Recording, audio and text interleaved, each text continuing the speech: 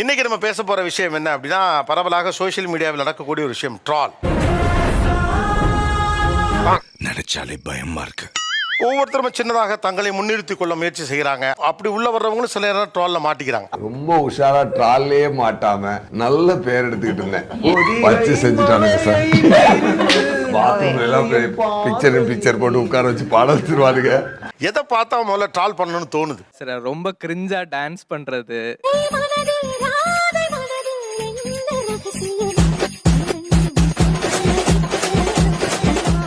என்ன நக்கல் பண்றீங்க? இந்த காமெடிக்கு அவங்க கொடுக்குற ரியாக்ஷன்ஸ் எல்லாம் பார்க்கும்போது லைட்டா ட்ரால் பண்ணணும்னு தோணுது.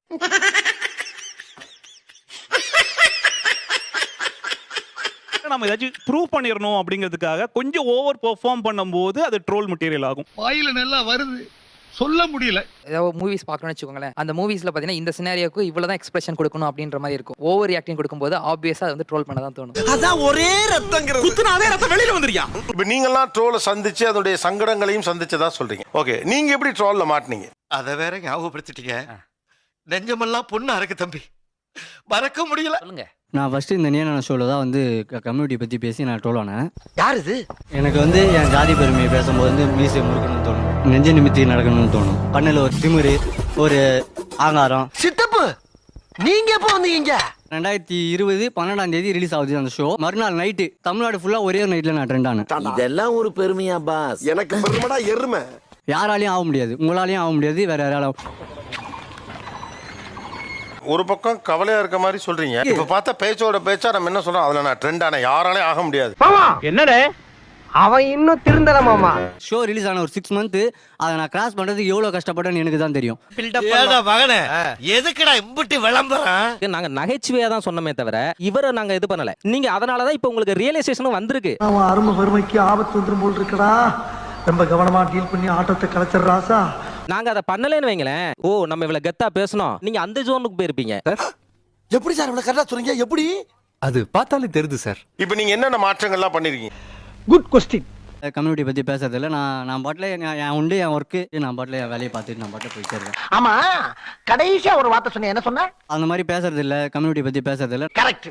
இந்த ஒரு வார்த்தைக்கு தான் நான் உன்னை மன்னிக்கிறேன். அப்ப கயிறு அவுத்துருக்கேன். ஆப்போசிட்ல ஒரு அக்கா, தங்கம் அதெல்லாம் தப்பு தங்கம் அப்படின்னு சொல்லிட்டு சொன்னாங்க. அந்த அக்காவுக்கு நான் அந்த நேரத்தில் தேங்க்ஸ் சொல்லிக்கிறேன். அந்த அக்கா அப்பயே சொன்னாங்க, நான் தான் புரிஞ்சிக்கல. இப்போ நான் ரொம்ப நல்லா இருக்கேன். அன்னைக்கு ஏதோ தெரியாதனமா சில தவறுகள் நடந்து போச்சு, அதை நினைச்சு நான் வீட்டுல போய் ரொம்ப வருத்தப்பட்டேன். இப்போ நான் ரொம்ப நல்லா இருக்கேன் சார், தயவுசெய்து என்ன மன்னிச்சிருங்க. நாங்க வந்து பவர்ஃபுல் இந்த பரம்பரையெல்லாம் சொன்னீங்கல்ல, இப்போ அந்த எண்ணம்லாம் இருக்கா? அனைவரும் சமம்.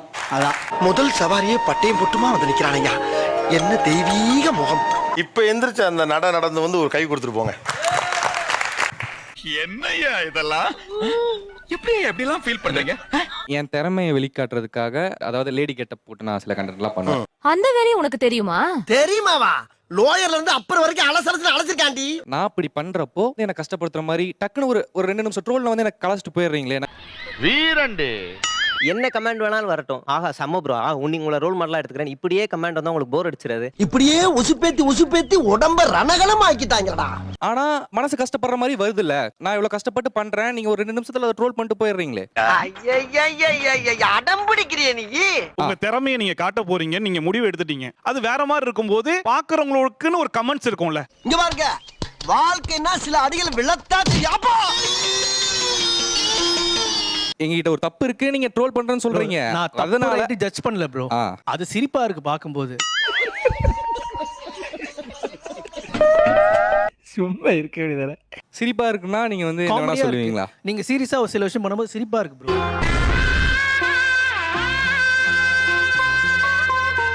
எனக்கு ஒரு டேலண்ட் இருக்குன்னு நினைச்சிட்டு நான் ஒண்ணு பண்ணுவேன், மத்தவங்களுக்கு பாக்குறதுக்கு அது காமெடியா தெரியலாம். அதை அவங்க சொன்னாங்கன்னா நம்ம ஏத்துக்கிட்டு தான் ஆகணும். அதுல ஏதாவது பிரச்சனையா? உங்களுக்கு என்ன பிரச்சனை இருக்கு? எனக்கு தான் பிரச்சனை. இதே ஷோல 2016ல வந்து டவுரி ஷோக்கு வந்திருந்தோம். அப்படியா? சரி.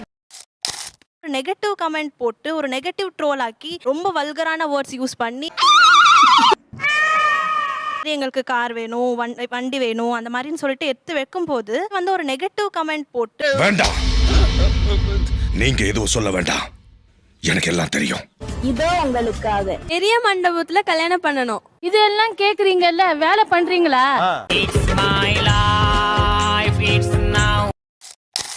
ரொம்ப பெரிய டிமாண்ட் இல்ல. வெட்டிங்ல வந்து சாதாரண என்ட்ரி மாதிரி வராம ஒரு ஹெலிகாப்டர்ல வந்து இறங்குற மாதிரி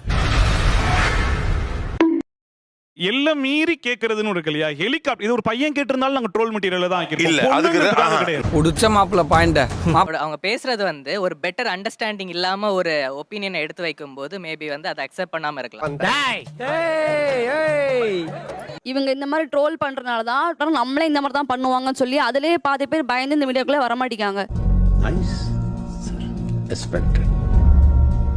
விமனா இருந்தாலும் சரி மென்னா இருந்தாலும் சரி we tend to troll. ஒரு விமனை ட்ரால் பண்ணும்போது அந்த ட்ராலுக்கான ரீச் அதிகமா இருக்கு. இந்த பாருடா நீ சுத்த படமாட்ட கிளம்புடா உடுகு முதல்ல ஏதோ மிஸ் ஆயிடுச்சு. அப்ப நான் சொல்ற நல்லா கேட்டுக்கடா. ஒரு நகைச்சுவை பண்ண முயற்சி பண்றமே தவிர இந்த வல்கரா போறதோ இல்ல பாடி ஷேமிங் பண்றதோ எனக்கு தெரிஞ்ச அளவுக்கு கமெண்ட்ஸ்ல தான் வருமா இருக்கும்.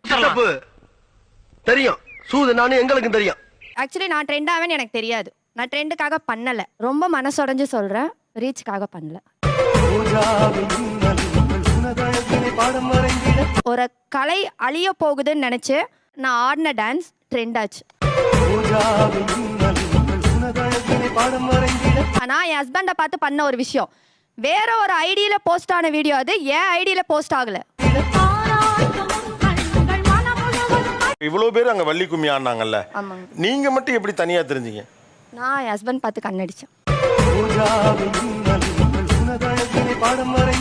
முதல்ல நீங்க ட்ரெண்ட் ஆகுறீங்க, அதுல இருந்து நீங்க எப்படி ட்ரால் ஆனீங்க? ட்ரால் ஆனதுக்கு மெயின் ரீசன் நான் ஒல்லியா இருக்கேன். ஒரு ட்ரோல்ல பாசிட்டிவாவும் போவாங்க, நெகட்டிவாவும் போவாங்க. இவங்களுக்கு வந்தது பாசிட்டிவ் தான். நான் கேட்கிறேன் இல்ல ஆக்சுவலி நான் ட்ரோல் ஆனதுக்கு ரீசன் தேடி வந்திருக்கேன். ஏன் இதை பண்ணீங்கன்னு யார்கிட்ட கேட்கணும்னு எனக்கு தெரியல, சத்தியமா தெரியல.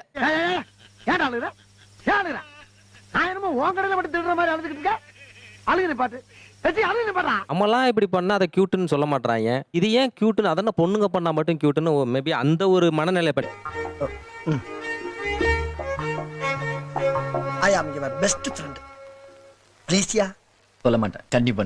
அடுத்தவங்கள காயப்படுத்தலாம், தப்பு இல்ல. உங்களுக்கு புகழ் காயம் எல்லாம் சேர்ந்து தான் வந்துச்சு. பெருமையா சொல்லுவேனே. அரசியலுக்கு என்னுடைய சார்பு வந்து தெரிவிக்க ஆரம்பிச்சேன், என்னுடைய கருத்து வந்து தெரிவிக்க ஆரம்பிச்சேன். என் கண்ணை வந்து நல்லா நல்லா ஊத்து பாருங்க. ஒரு கண்ணில் திராவிடம் தெரியுதா பாருங்க, தெரியுதுங்களா? இந்த கண்ணு நல்லா ஊத்து பாருங்க. இந்த கண்ணில் தமிழ் தேசியம் தெரியணுங்க. என்ன வந்து கலாய்க்கிறத பார்த்துட்டு அவங்க என்ன பண்றாங்க, நம்ம பையனை வந்து இந்த மாதிரி கலாய்க்கிறாங்களே. சாவு சாவும்ல செத்த பையல நீ நாம இருந்தா ஒளிஞ்ச எனக்கு பத்தி நீ சாவும்ல செத்த பையல.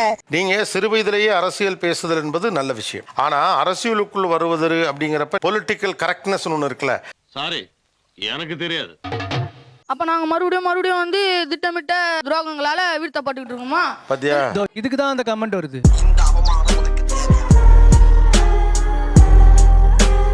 ட்ராலர்ஸ், சட்டையர்ஸ் யாரா வேணாலும் இருக்கட்டும், எனக்கு சேர்த்து தான். அவசர நீதி ஒரு நாளும் சரியில்லை. நிகழ்ச்சியில் கலந்து கொண்ட அனைவருக்கும் கோபிநாத்தின் நெஞ்சார்ந்த நன்றிகள். மீண்டும் இன்னொரு சந்தர்ப்பத்தில் பேசலாம்.